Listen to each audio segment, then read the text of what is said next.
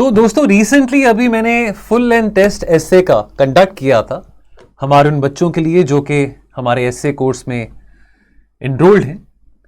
और ये उन बच्चों के लिए टेस्ट था जो कि अभी 2023 में अपना मेंस का पेपर लिखेंगे। तो एक छोटा सा क्लिप इस पर्टिकुलर टेस्ट में से आपके साथ मैं शेयर कर रहा हूं। टॉपिक देखिए, वैसे सेक्शन ए में 4 टॉपिक होते हैं, सेक्शन बी में 4 टॉपिक। एक टॉपिक मैंने दिया था वो आपके सामने है, the only fence against the world is a thorough knowledge of it. अब ये फिलोसॉफिकल कोट है, ये कोट जॉन लॉक के द्वारा कहा गया है। जरा इस कोट का कॉन्टेक्स्ट तो समझो आगे बढ़ने से पहले।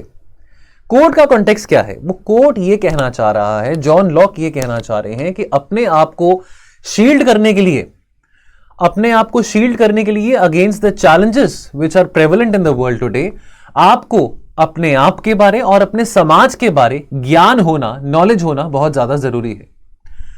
तो मेरी आदत है कि हमेशा जब भी किसी फिलोसॉफिकल टॉपिक को मैं अप्रोच करता हूं तो मैं हमेशा पहले उसके कॉन्टेक्स्ट से शुरुआत करता हूं। अब उसका कॉन्टेक्स्ट को आप किसी स्टोरी फॉर्म में भी शुरू कर सकते हैं या चाहे तो सीधा उसका कॉन्टेक्स्ट लिख सकते हैं। जॉन लॉक एक ब्रिटिश फिलोसोफर है और जैसे आप जानते हैं पॉलिटिकल साइंस और इंटरनेशनल रिलेशन वाले जो बच्चे हैं वो जॉन लॉक को अपने थ्योरी वाले पार्ट में जरूर पढ़ते होंगे, वेस्टर्न पॉलिटिकल थॉट में। उन्होंने एक किताब लिखी थी, किताब का नाम था सम थॉट्स कंसर्निंग एजुकेशन।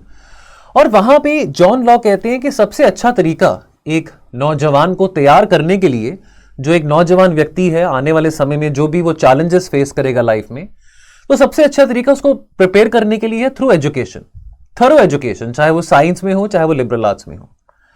उनका यह मानना था कि इसके चलते एक नॉलेजेबिलिटी तो आएगी ही आएगी बच्चों में, नौजवानों में, लेकिन साथ के साथ वो ऐसे स्किल्स डेवलप कर पाएगा बच्चा जिसके चलते वो क्रिटिकली चीजों को सोच सकेगा, एनालाइज कर सकेगा और तमाम कॉम्प्लिकेटेड प्रॉब्लम्स को जो कि समाज में हम देखते हैं, चाहे वो पॉलिटिकल प्रॉब्लम्स हैं, चाहे वो इकोनॉमिक प्रॉब्लम्स हैं, चाहे वो एनवायरमेंटल प्रॉब्लम्स हैं, ऐसी तमाम प्रॉब्लम्स को सॉल्व करने में और सही और गलत के बीच में चूज करने में जो उसकी नॉलेज है वो बहुत उसको लाभदायक रहेगी।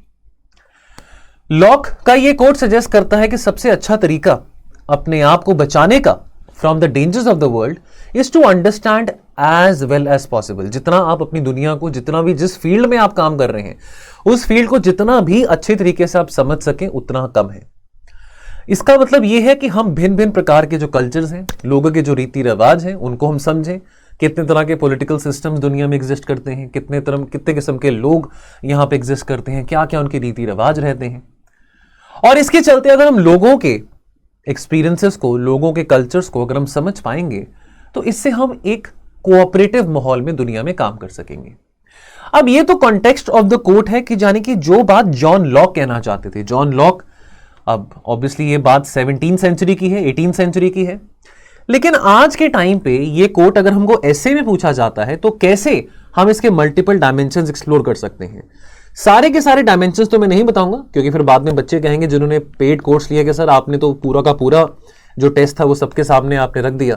लेकिन एक डायमेंशन इस पर्टिकुलर कोट का कहां पे वो रेलेवेंट होता है in context of the Indian army, इसका जरा झलक आप अभी जरूर देखें।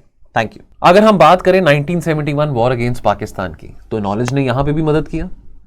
भारत की आर्मी ने एक फेंस बनाया था along the border of east Pakistan, जिसको आज हम बांग्लादेश कहते हैं, 1971 में।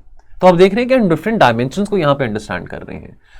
हमने अभी उससे पहले पॉलिटिकल डायमेंशन को समझा, कोविड के डायमेंशन को समझा, अब हम एक मिलिट्री डायमेंशन को समझ रहे हैं कि जब दो दुश्मन देश एक दूसरे के साथ लड़ रहे हैं तो कैसे जो नॉलेज है वो काम आ सकती है एक शील्ड की तरह, एक फेंस की तरह, ताकि हम अपने इंटरेस्ट को, अपनी टेरिटरी को बचा सकें।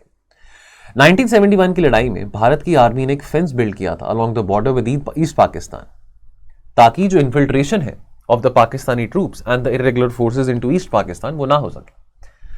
इस फेंस को बिल्ड करा गया था using the knowledge of the terrain, जिसके साथ हम भली भांति वाकिफ थे, and the weather conditions in the reason.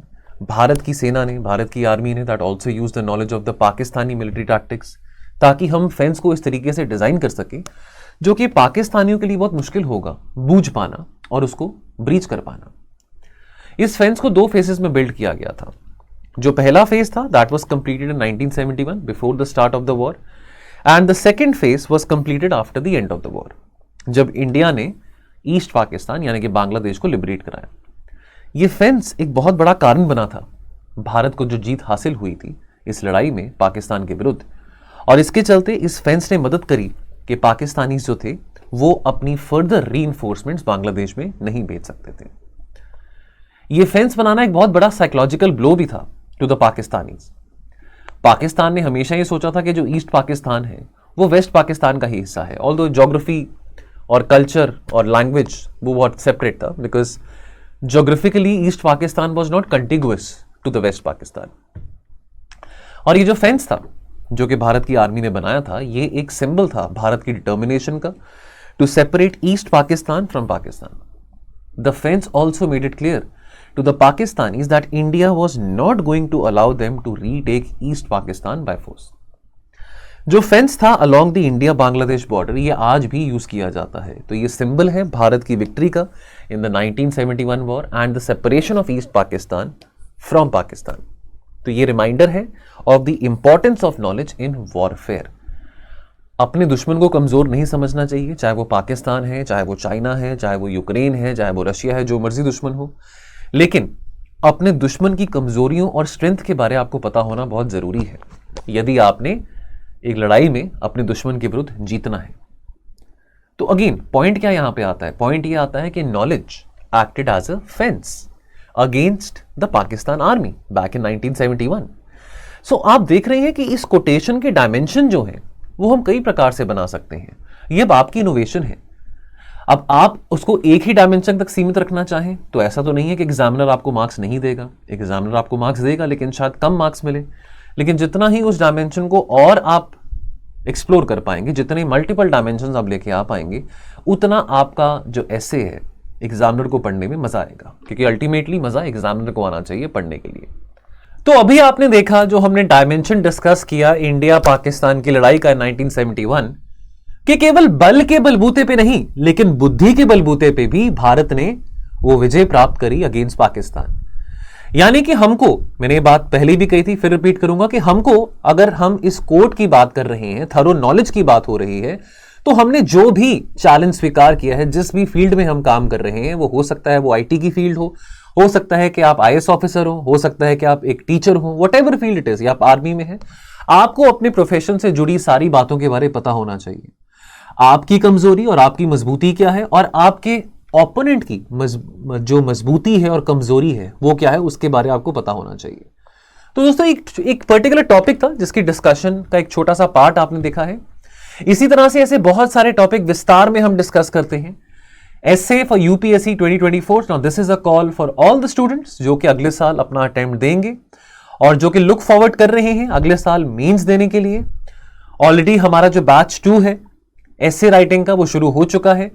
तो यदि दोस्तों आप भी जुड़ना चाहते हैं और आप भी ऐसे ब्रेनस्टॉर्मिंग टॉपिक्स का लाभ उठाना चाहते हैं, ऐसे टॉपिक्स में रुचि रखते हैं, फिलोसॉफिकल टॉपिक्स में अपनी पकड़ मजबूत करना चाहते हैं एसे राइटिंग में, तो आइए जुड़िए हमारे एसे राइटिंग प्रोग्राम में, जहां पे आपको कंटेंट लेक्चर्स मिलेंगे, वीडियो लेक्चर्स मिलेंगे, थीमेटिक टॉपिक्स के ऊपर भी और फिलोसॉफिकल टॉपिक्स के ऊपर भी। साथ के साथ आपको यहां पे स्पेशल जूम सेशंस देखने को मिलेंगे ऑन एसे राइटिंग। और अलॉन्ग विद दैट आपको पीरियोडिकली एक्सरसाइज दी जाएगी थीसिस राइटिंग के फॉर्म में। आपके जितने भी एसेज आप लिखेंगे जो कि आपको 2 सेक्शनल टेस्ट के फॉर्म में और 3 फुल लेंथ टेस्ट के फॉर्म में आपको देखने को मिलेंगे, इन सब एसेज का डिटेल्ड इवैल्यूएशन भी आपका किया जाएगा।